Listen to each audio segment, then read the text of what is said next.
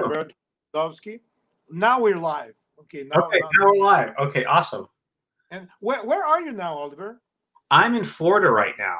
I'm 40 minutes like north of Tampa, and that's where I am right now.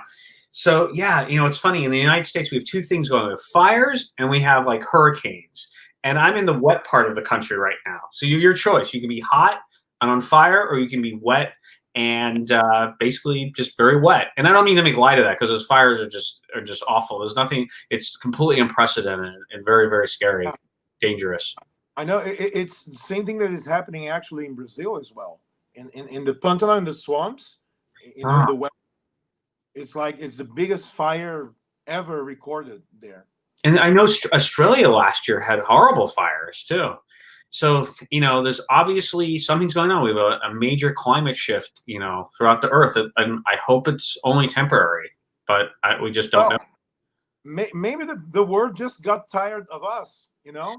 Like I Well, gotta get rid of the bugs. The bugs are bugging me, so I want them. well, we definitely, to say the least, humans have we've enjoyed ourselves on this planet and we've abused it, so we're kind of paying a price for that right now, I think, in many ways. Absolutely right. So, Oliver, when Chris told me that you were on the festival and the movie was on the festival, I was really curious because I had no idea that you were doing movies, and I had no idea that you kept doing movies after your brief stint when you were an actor as a child, and you're always active behind the scenes. So. Do you remember when you have that idea to shift from in front of the cameras to behind the cameras and now back in front of the cameras? It's an interesting question. I was on the set of Poltergeist, and I was making these little Super 8 camera movies, and I showed them to Mr. Spielberg, and he said, "Those are really good." And I thought he'd forget about it. He'd just say, "That was a wonderful, kid." But one day he brought this Bolio 5008S Super 8 camera to the set. And it's like this fancy, the best Super 8 camera you could possibly think of. Has all the little gizmos on it. And he said, "I want you to continue making movies." So I did. And then after that, I showed him my movies, and he said, go to USC Film School and learn the craft of filmmaking. So I applied to USC, and you would think I would have gotten in because Steven wrote me a recommendation letter, and they actually rejected me. And Wow. I know, I was like amazed. They told me, they said, we won't be told what to do by anyone, including Mr. Spielberg. So I learned my lesson there. I had to, everything at USC, as we've learned with other situations that I don't know if you've heard about the history of USC in the last year or two, is a negotiation. So I met with the dean of the film school, and I showed him my movie that won the French Film Festival. And he said, "This is really good. We're going to let you in to film school, but we're going to put you on special probation." And it's like, I know, it's like set up to a movie. And he said, if your GPA drops anywhere below a 3.0, which is, it's a medium average, you're out of the film school. You're kicked out and you can't go here. And I said, I can do it, and that was a good, split, saying, we'll let you in, you're on special probation. And because I was there just to learn and love movies, and I met all of my friends who I still work with to this day there. And the funny thing is, you started very young in Poltergeist, and you kept doing horror even behind the scenes. And now you directed a horror film as well, among other things you directed. So, what is so special about horror that keeps getting the attention of people everywhere in the world? Why a horror movie translates so well in America and in Brazil and in Vietnam and whatever? I've always thought about that too. And there was something I learned in film school, which is really interesting. When you watch a movie, they've measured people's brain waves, and it's like dreaming.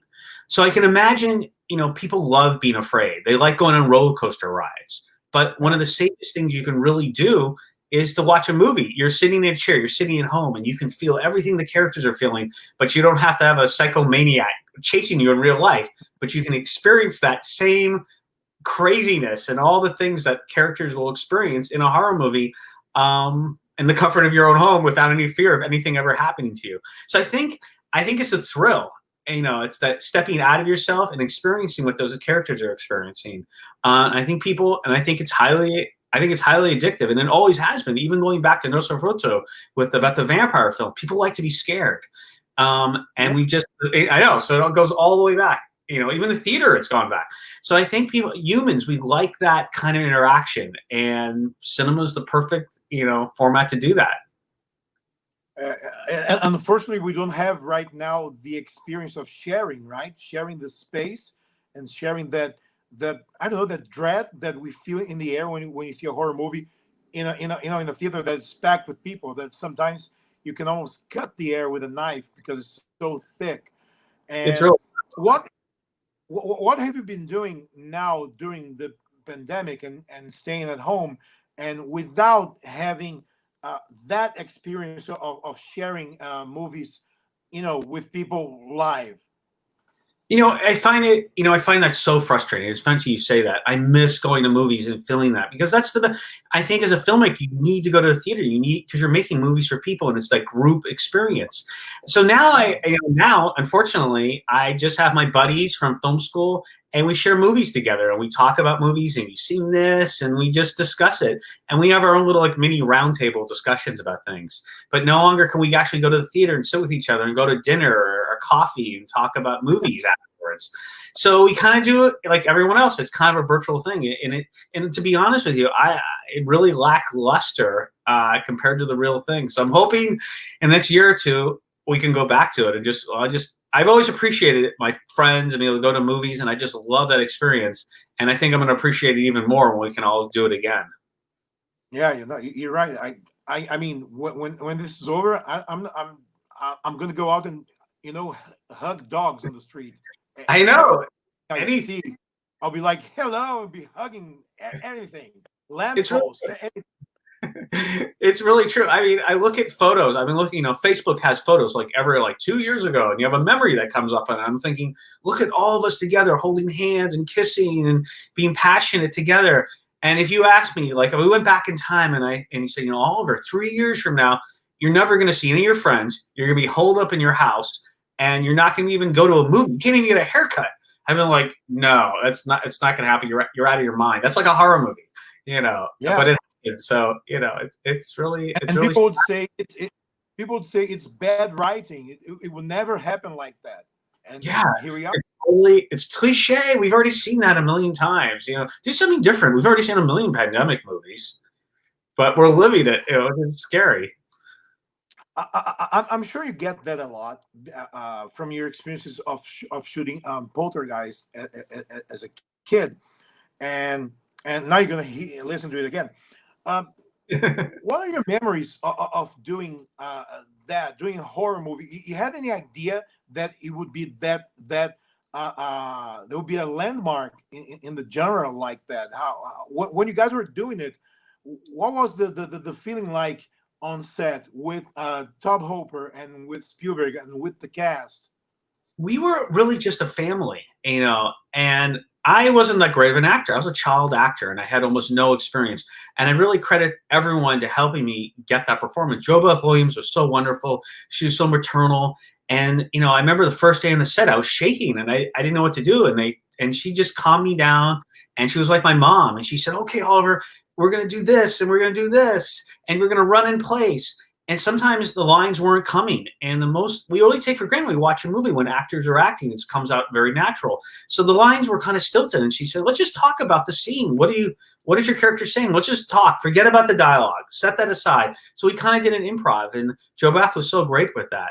And Toby and Steven were just, wonderful people in their own respective kind of way.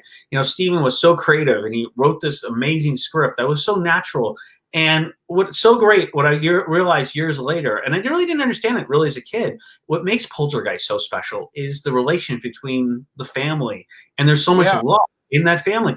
If you watch horror movies, there's very few films that are really like that. When there's like the scene, like when the ghost goes through Jo Beth Williams, when little Heather O'Rourke's character, she says, did you feel her? I smell her on me. And you really feel that, the love of a mother for her daughter, and all those wonderful feelings. That's what makes Poltergeist what gives it staying power. I really believe that. And why a lot of horror movies, today and the future and the past will just fall by the wayside. But Poltergeist will probably remember, because those are, feelings that we can all appreciate no matter where you live in the world. and I saw the remake a few years back, and I have to tell you, I can barely remember the remake. I can barely remember the scenes or the settings or even the casting. But Poltergeist, the original, it's really fresh in my memory because I was a kid when that came out. I was, I was really young. I didn't catch that at the movie theater. If I did, my mom would be like, I don't know, put to jail or something. I was 8 or something like that. But I remember when I saw that, and visually was really striking.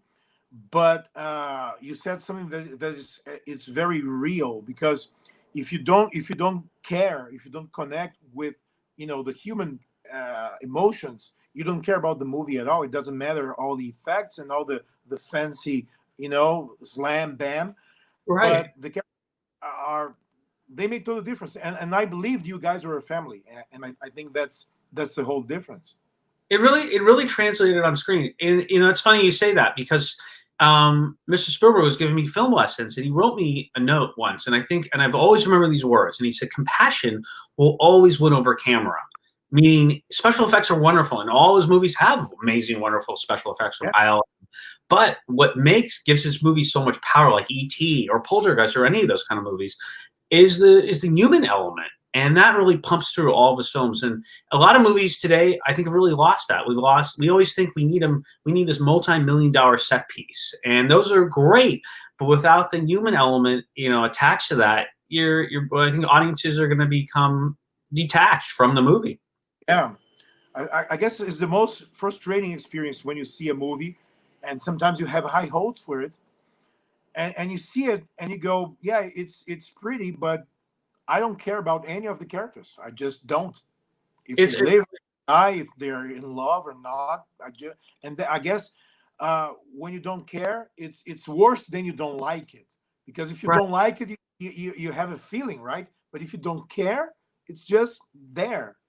Yeah, it really is true. And given that, having made some films I'm not in love with sometimes, it's so hard to make any movie. So I have so much compassion for filmmakers because to make a bad movie is as much work as to make a good film too. And you have to go through the whole process. So when I was in film school, I was really vicious. And I was like, how could they make this film? This is awful. This is terrible. You guys, they're a joke. But now, I find goodness in every movie I ever watch too, because the process is so difficult, and you're on this road, you're on this journey, and you have to finish it and complete your films. Because so many times I know with independent films, people they don't like their baby and they abandon it. But so I respect anyone who finishes the movie and gets it out for people to see. And nobody leaves home. I'm gonna work today, and I'm gonna do a bad movie. It doesn't happen like that. No. Sometimes when sometimes the script's not right or the casting's not right, but in your heart you want it to be the best you can do, and I really appreciate that in movies. I mean, there's nothing in the world I love more than movies, and you said it all. Even when the connection is not there, I try and see something that can grab me. When there's nothing, it's just too sad. When there's nothing, it's I don't know, it's Justice League that I left and was like, what was that? That was like a train wreck. What was that? And I love superheroes and comic books and things, but sometimes it's really really hard. It's frustrating, and you can really learn from those films too, because there's always something you can take from it, like what were they attempting to do, and could it be reinvented in a different kind of way, and you can borrow elements from it, because film, everything builds on everything else too. So even the worst possible movie, you're like, there was something there that we could build on and make genius on the next project. I like it when I see a movie that it's not good, but it's so entertaining that you go with it. It's like I understand the intentions, but I can't help but be entertained. And if that happens, can I say the movie's bad? No, I mean, we put films out there, and some people are going to love your movie, and some people are going to hate it. Like Celebrity Crush. I have people that absolutely love the film. They just absolutely, and I've had people that just hate it. They don't get it. They don't understand it. And you can't please everyone. That's what I really realized. And every film is like that. And as long as you're, making a movie for someone and someone's really enjoying it, I think you've succeeded. And when you did a Celebrity Crush, that is a horror movie, and it kind of links to the things you did as a child as well, because the story is about a former child actor who Right. who gets stalked by this girl. So, how much of your experience you were able to put in that movie? The overall core was my own experience, but I'm happy to say I've never been trapped or starved in a dungeon in a film. Okay, good. I feel like I'm really ahead. So I thought of the idea. I've been to a lot of horror conventions and shows, and some of the fans I would say are very committed. And I love, most fans are amazing, but some people have been kind of a little crazy, I will admit.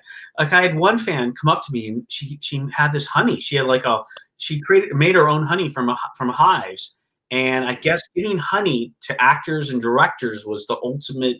It's almost like for her is falling in love with them. And when you got that honey, you had to be fully committed to them in every way. So she gave me the honey, and then she wanted to be my best friend and wanted to date me. And when I rejected her advances because I got the honey now, she said, "I thought we were friends, Oliver. I gave you this honey." And then she kind of went after me on Facebook. And I was thinking to myself from that kind of experience, what would happen if I actually was trapped by this person, and what would be their mindset? What would they actually do? They could live out all their different fantasies and different things to an actor who was like in an 80s movie like mine. So I brought it to the next level, and I thought, let's play with the genre. This is an independent film. I can put the tropes of horror. Let's infuse comedy into it, because I'll play everything very straight and I'll be terrified, but the fan, she's totally insane. So she has the sense of comedy. She plays it for laughs. And I'm it's like Bob Hope and Bing Crosby. I was the Bing Crosby. I always believed in the movie because I was playing it straight. And she was so out of her mind that, inherently, it's actually really funny, some of the crazy things she does. But she's fully committed to her effort in, reliving her fantasy with me. When you're casting your movies, what's the first thing you look for in the actors you get? How's the process? You audition them, you talk to them. How's the process for getting your cast right? Well, I'm going to go back to Spielberg. He made a great quote about casting, about directing in general. He said 90% of directing is casting. So I had to find the character who was, this fan. And Alicia Schneider, she's actually the sweetest gal on earth too, but she embodied some of the quirkiness and the craziness during her audition, and I saw that, and she got the character. And it's really hard. It was a hard character to do because you have to have this right balance of insanity, humor, but you also have to kind of believe it. It can't be, she's not really playing it for laughs. You believe this woman is totally, completely insane too, but because she's so crazy and what she's doing, you're like, you can't help but laugh. Well, now that you did, you're doing more movies. Where do you feel more comfortable? Directing, acting, writing? Where you think is your strength right now? That you want to be more present? Well, I personally, I think it's very difficult to write, direct, and also act in a film, especially the speed we did it. So, given the experience I had, honestly, I'd love to act again. I fell in love with it all over again. I had so much fun, but I'd rather just act and have one of my friends direct me, because it's really hard to gauge where you are in terms of the performance. I'm nowhere like Clint Eastwood. I don't have that capability, at least at this juncture in my life. And I really appreciate, people who can do that. I think I think I could give a better performance when I'm actually being directed by someone, because the director has to keep the entire movie in their head and pace it and know where you are in terms of tone and bring the actor up or bring them down for a certain scene. And it doesn't matter how great of an actor you are, the director's responsibility is to do that. So I find it very tough to do that. And I have a lot of experience now making films. So, it's hard because you're being distracted when you're actually acting in a movie. It's hard to control the vision the same way, because you're in character. You call cut, and then you have to suddenly, talk to your crew about the lighting and the shot design. Meanwhile, 2 seconds later, you're back screaming your head off. So I found that to be really difficult. Plus, our shooting schedule was so short, so it was like we're all over the place. So I love to act and I love to direct, but I think I would definitely in the next movie do them separately. So how long did it take for you to shoot Celebrity Crush? Well, we shot over 10 days in Florida, and then we went back and did around 4 days of pickups later on, too. And I work with the editor, and Jeff Rubin, and we designed this film after the initial footage because we kind of knew we were going to go back in and invent all the chain face clown footage and where that was actually going to go based on what we were going to shoot. Because I really didn't know what we were going to get while we were actually shooting on set for those 10 days. So we looked at certain moments, what scenes, we came up with ideas, and then I basically scripted the behind the scenes things for Chain Face Clown, and we infused that into it. We always knew that would become the character of Emily. That all change. She becomes more crazy. Chain Face. They become one and the same. And you guys are doing movies in Florida, away from Los Angeles. That is like the center of it. And I always hear, and I used to go to Los Angeles like every month for 12 years as a journalist, junkets, and I was coming and going all the time. And people used to tell me, if you want to do movies here, you have to move to LA because that's where everything happens. And you're in Florida. So how hard is it to get a movie together away from the center of things? Well, I live in Los Angeles too, and honestly, the business of film is in LA and New York City. So, and the key is to really have relationships. And I have a lot of friends from film school who I've known for 30 years, and those are the people you really want to work with. And once you have those relationships, they can introduce you to other people because, well, this is the reality: is that people like to work with their friends because making movies is a very difficult process, and you're trusting so much to the filmmakers, and there's a lot of money involved, whether it's even a couple $100,000 versus $200 million. So I answer your question, the long for I think you can live outside of LA, but you have to go to LA, and that's because that's where the business deals are made. You can shoot your movies out of LA, which we did in Florida, but at the end of the day, you kind of do have to be in Los Angeles to make those kind of deals. And I'm not saying that's not the case for everyone, but that's what I found. Yeah, I think you're right. I did my first. I shot a web series a few days back. It was my first directing experience, and I had no idea it would be so exhausting. I got home and I just crashed like I was in a fight, and I had no idea. So when you started directing it, you ever thought it would be like that demanding physically in you? You have to be in good shape. It's basically, like I was on this one shoot and it was a feature and I fell behind the first day and the producers panicked and they're like, "Oh my God, Oliver, you didn't, they say make your day, which you have 12 hours to shoot." And the AD made the producers feel more comfortable. He says, "Look, we're running a marathon and you're not running around the block. You'll make it up though too." So you kind of have to pace yourself when you're shooting a feature, whether it's 10 days or 12, even, over a big movie, it could be over a year or more. You can't burn yourself out because you could kill yourself and everyone's relying upon you. So it's kind of like you're running a mental marathon. You just have to pace yourself and keep the vision in your head too.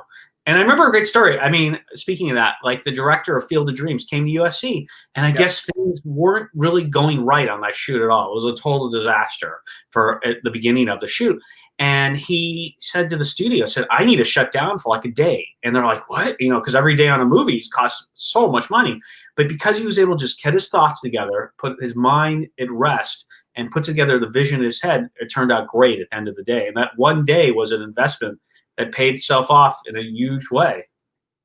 Yeah, because it's a workout happening here, right? Every time, every single minute. My friend, he's an editor for Empire magazine, and he told me a story a few years back. They're having the best of awards of the year, the Empire Awards, in a hotel, and the guy who had the big homage on that year would be Peter Jackson. He just finished Lord of the Rings, and there was, I don't know, 6 years of his life dedicated only to those three movies. And they lost Peter in the hotel.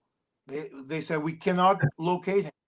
And my friend said, I was doing I was not looking for him. I was doing something else. I was cutting through the kitchen of the hotel, and there he was having a beer and talking to the chefs and the kitchen stuff. And he looked at him and said, "Chris, you never saw me here. I need a moment to have a beer and talk about soccer and do nothing else. So you don't see me here. In 15 minutes I'll be back there, but I need this right now."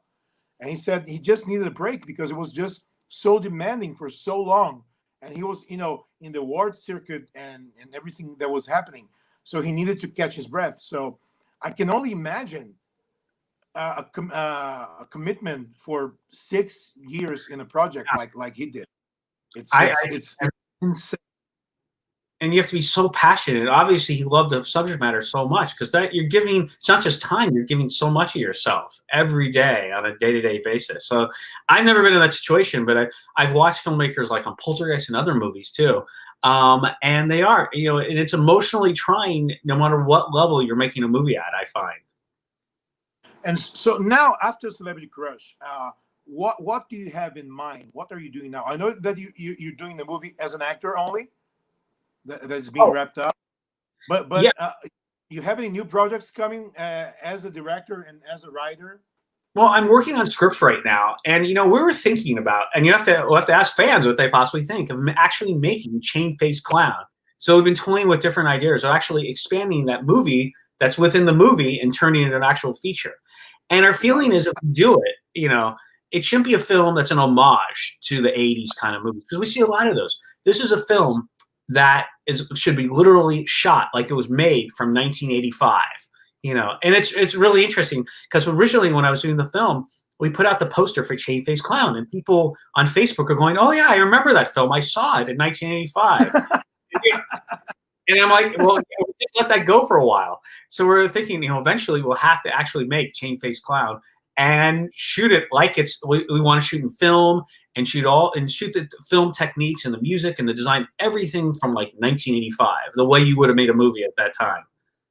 But like a period piece, yeah, you should be able to watch the movie and think this film actually came out in 1985. So it's not just an homage; it's actually physically a film that if you inconceivably, it could have come out in the year 1985.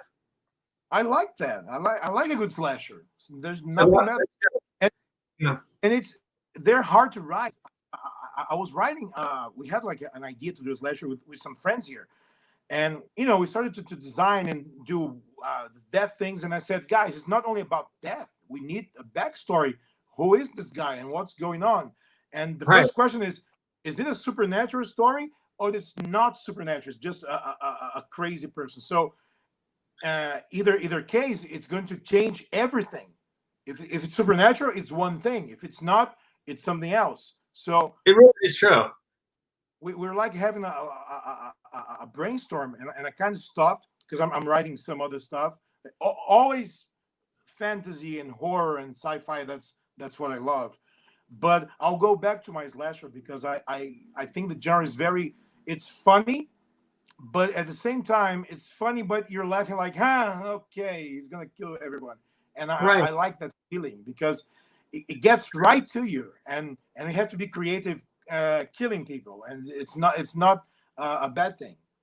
And what's interesting about what we're talking about this film, it has to play for an audience now, and certain things might have worked in 1985 that might not work now. So we kind of have to, while at the same time it's a nostalgic piece, it has to also play for audiences, because films are, audiences don't have the same attention spans, I find, and films are very different today were than the early 80s too.